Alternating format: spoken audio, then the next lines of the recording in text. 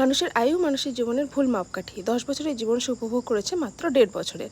তো বিভূতিভূষণের এই লাইনটা কিন্তু আজকের দিনের জন্য বেশ প্রযোজ্য।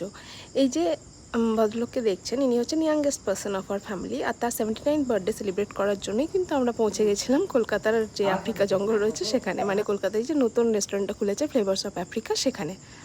রুবির মোড় থেকে জাস্ট তার পরের মোড় কালিকাপুর মোড়, তার থেকে খুবই কাছে, মানে জাস্ট 2 মিনিট হয়তো হেঁটে লাগবে রেস্টুরেন্টে পৌঁছাতে। তো ঢুকতেই যেটা দেখলাম, বিভূতিভূষণের যে চাঁদের পাহাড় বইটা, তার বইয়ের প্রত্যেকটা পাতাই যেন এখানে সুন্দর করে তুলে ধরেছে। শঙ্করের পদচিহ্ন ধরেই যেন এই পুরো রেস্টুরেন্টের থিমটা সাজানো। তো উপরে উঠেই যেটা দেখলাম সেটা হচ্ছে গিয়ে চারদিকেই পুরো আফ্রিকার বিভিন্ন জায়গা তুলে ধরেছে, সেখানকার মানুষজন, বন্যপ্রাণী। টিভি চলছে, টিভিতেও আফ্রিকারই সব সিনসিনারি অ্যান্ড ওইসব চলছে। তো এবার আসা যাক খাওয়া দাওয়াতে। তো খাওয়া দাওয়ার মধ্যে তো এখানে মোটামুটি উচ্চারণ করতে গেলে দাঁত ভেঙে যাবে, তাও চেষ্টা করেছি। তো আমরা বুঝতে পারছিলাম না আমাদের ভেতো বাঙালি মুখে কতটা ভালো লাগবে। তো ক্রমশ প্রকাশ্য সেটা।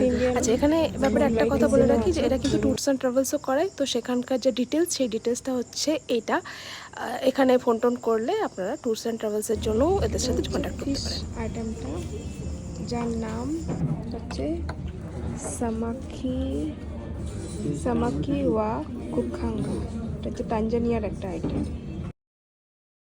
ফিশ আইটেমটা বেশ ভালোই ছিল। তারপরে এসেছিলো স্যুপটাও বেশ অন্যরকম খেতে। হচ্ছে সুপু ইয়া কুকু না বোঙ্গা, জিম্বাবুয়ের স্যুপ।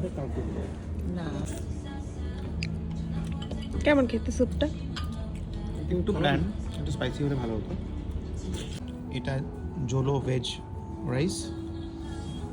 এটা কি নাম? জানবার পোলাও উইথ মাটন।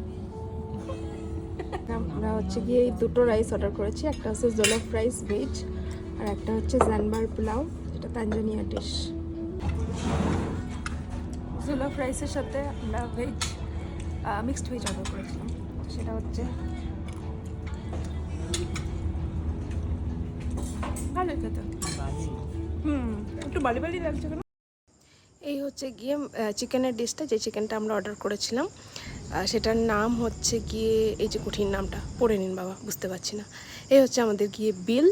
তো দাম যে খুব বেশি ছিল তা বলবো না, কিন্তু এই যে বালি বালি লাগছে বলে আমি থেমে গেলাম ওখানটায়। সেখানে ব্যাপারটা হচ্ছে গিয়ে একটুখানি রাইসটার মধ্যে বালি ছিল। তো তার জন্য ওদেরকে যখন আমরা ইনফর্ম করলাম, তখন একজন ভদ্রমহিলা এলেন এবং তিনি নিজেকে সেফ বলে দাবি জানালেন, এবং তারপরে তিনি কনস্ট্যান্ট আমাদের সাথে আর্গু করে গেলেন অ্যাজ ইফ আমরা মিথ্যে কথা বলছি। তো এই একটা অভিজ্ঞতা ছাড়া বাকি সব অভিজ্ঞতা বেশ ভালোই হয়েছে। ওদের এরকম বিহেভিয়ার কিন্তু আমরা এক্সপেক্ট করিনি। তো যাই হোক, আবার কিছুটা ফটো সেশন করে সুন্দরভাবে সব কিছু দেখে শুনে বেরিয়ে গেলাম। Good night.